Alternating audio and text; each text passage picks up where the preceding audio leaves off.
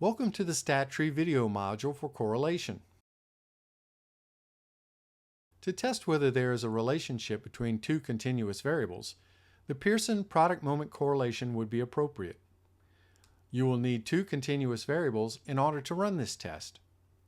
In looking at the preferred entertainment viewing survey, any one of the scale questions 3 through 7 would be appropriate for the continuous variables for our demonstration. For this demonstration, we will use questions 3 and 4. To run the Pearson product moment correlation test for association in Spyder, type in the following Python code. This code can be copied from the new browser window when you press the script button on the sending page from the Stat Tree module. If you have already saved your code, press on the File Open icon above the editor pane. Browse to the location of the Python script, then press Open. Select the lines of code to be run, then press the Run Selected icon. Python will generate an output in the console window. As with all statistical tests, the first result to look for is the significance figure associated with the test score.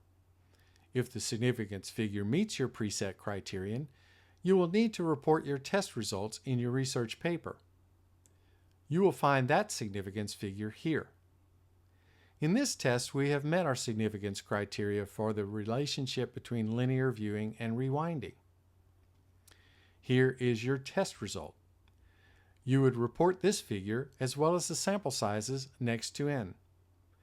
If the significance figure does not meet the criterion, test results do not need to be reported in your research paper.